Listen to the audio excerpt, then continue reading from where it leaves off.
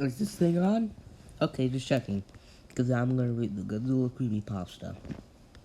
All the way to here, the epilogue, and then, oh, whoops. Oh, hold on.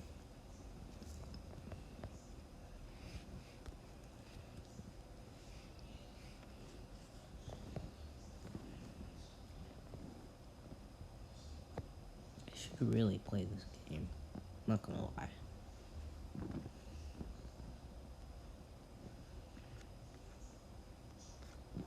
But,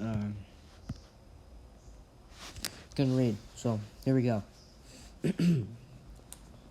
When I was a kid, the two things I loved most in life were Godzilla and the NES games. So it was naturally when Godzilla Monster of Monsters came out. It was a dream come true. Well, almost. To sum it up, most of the game involves around getting through very repetitive outro or linear out linear space levels while smashing up tanks and jets when fighting against Godzilla monster enemies. Overall, it was pretty mediocre. But back then, I didn't care. When I got the game as a present for my late birthday, I played it day and night, as much as I could. Unfortunately, I had traded the game for Gomegon a year later, much to my regret when I found out what that game was like. Recently, I had bought a new NES system and thought a lot of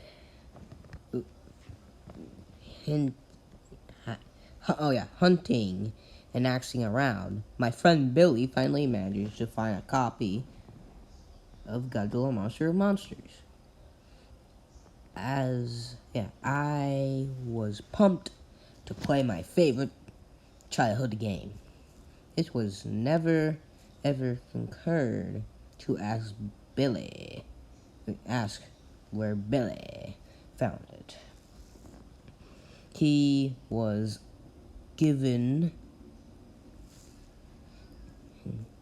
also gave me some other games like Zelda, Bomberman, and some stupid thing called Action 52. But Godzilla had to go first, you know. Well, I meant Godzilla has to go first. So I started the game, and the nostalgia came flooding back like a tidal wave.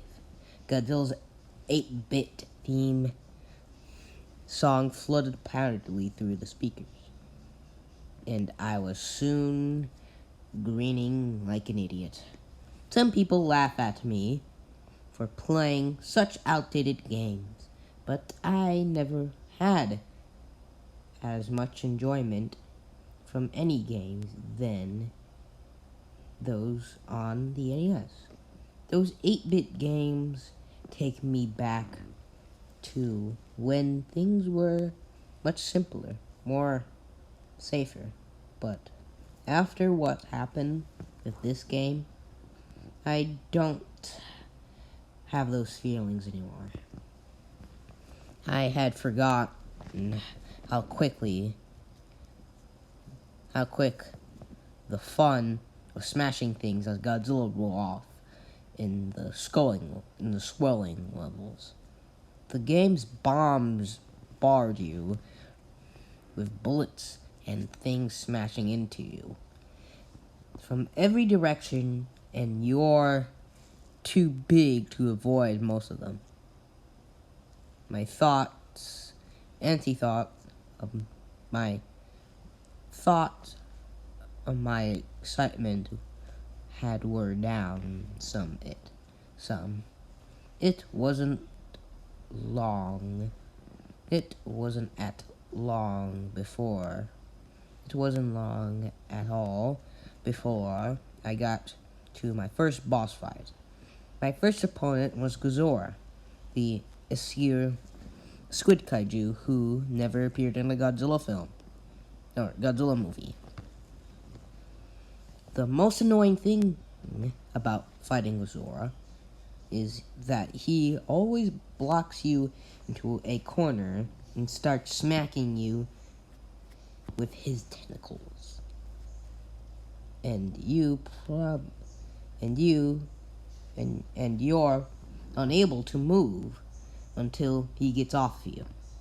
His move doesn't do any damage, but it can stall your unlimited the timer until the timer runs out and you have to start the fight all over again. And he gains more health. It's as annoying as it sounds. And of course, he did it when I fought him. The only for some reason this caused the game to glitch up. Because once he starts smacking me, he never stopped. The timer is supposed to end the fight in probably 40 seconds, but this lasted for nearly 5 seconds. After a while, the graphics starts to mess up with a little red block all over it. Here's the picture, which was weird, but I just took the game out and blew on it, and then started again. I wasn't about to let a little glitch stand in my way, so I tried again. And this time, I defeated Godzilla, and the next level's the other boss. And the level's other bosses. The other boss monster. Bagheera without any problem. So then it was on to the next planet, Mars. I boarded around the board. I don't know. And found something unexpected. Whereas Varen's piece should have been, there was instead, piece unexpectedly Titanosaurus. There were only 10 kaiju in this game, and Titanosaurus was not one of them, or so I thought. Perhaps Titanosaurus was originally intended to be in the game, but was swapped out with Varen for some reason. So I began to feel excited. Not only I was playing my favorite game, but I was playing a prototype of some sort of a new monster. No less to say. I ran through the levels as fast as I could to see Titanosaurus in action. I fought Godzilla again and beat him before he could do his tentacle smack. But this time, the glitch started to appearing when he died. Godzilla's sprite didn't sunk to the bottom, but instead seems to be dissolved by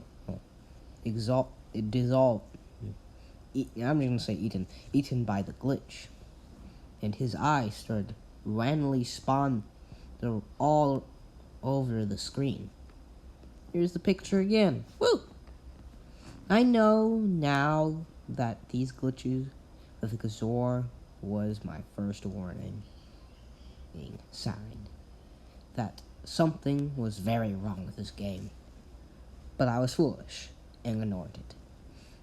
And proceeding on to fight Mugira, who this time had a glitch of his own. See that picture right there? Yeah. Mugira was twice the size he should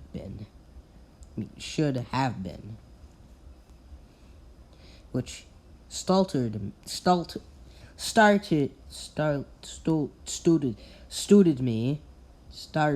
me.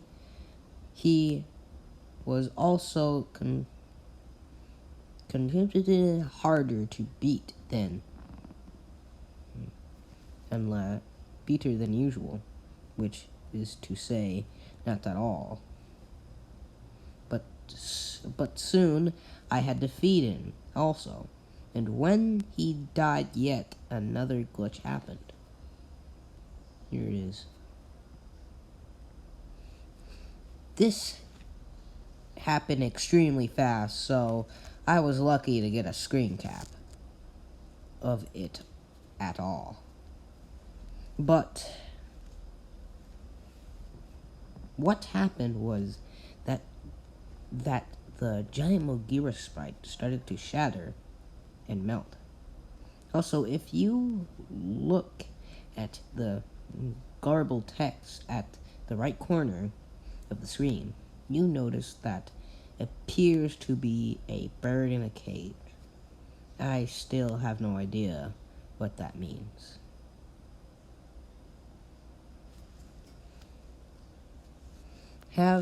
At this point, I was about to fight Titanosaurus.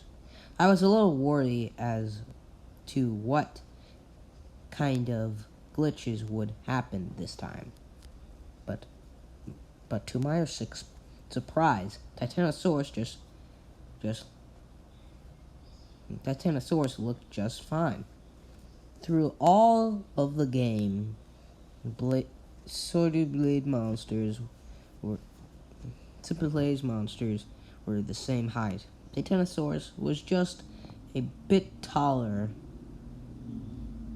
but since Titanosaurus actually was taller than Godzilla in his film debut, I thought it was cool. I thought this was kind of cool. Here's a picture. You see it? Yep. Okay, I'm done. After a little fun fight with the monster that wasn't supposed to be in the game, I took over the enemy base and proceeded not to Jupiter like normal, but instead to Pastos.